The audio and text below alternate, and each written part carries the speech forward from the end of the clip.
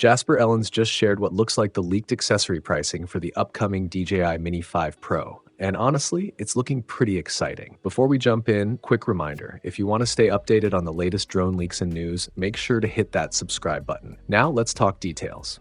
We still don't have confirmed prices for the actual Mini 5 Pro bundles yet, but like always, there should be two options: the standard combo and the Fly More combo with the RC2 controller. All right, let's get into the good stuff, batteries. This is where DJI really surprised me. They've actually made flight time upgrades a lot more affordable. The standard intelligent flight battery has dropped from $99 down to $69. That's about a 30% cut. And the Plus battery, that one went from $145 to $99. It gives you longer flight time, but keep in mind, it does push the drone over that 249-gram limit. Still, for extras or replacements, those savings are hard to ignore. Moving on. Charging hubs and ND filters. Pretty standard here, $49 for the hub and $55 for the filter set. But here's the interesting part. The filter pack isn't the same as last year. For the Mini 5, you get ND8, 32, and 128, whereas the Mini 4 Pro included ND16, 64, and 256. So, not a one-to-one swap in filter strengths. Now let's talk propellers, and this one stings a little. They've jumped from $9 on the Mini 4 Pro to $19 for the Mini 5 Pro. Maybe it's a new quick-release system, maybe stronger materials, but either way, they're pricier.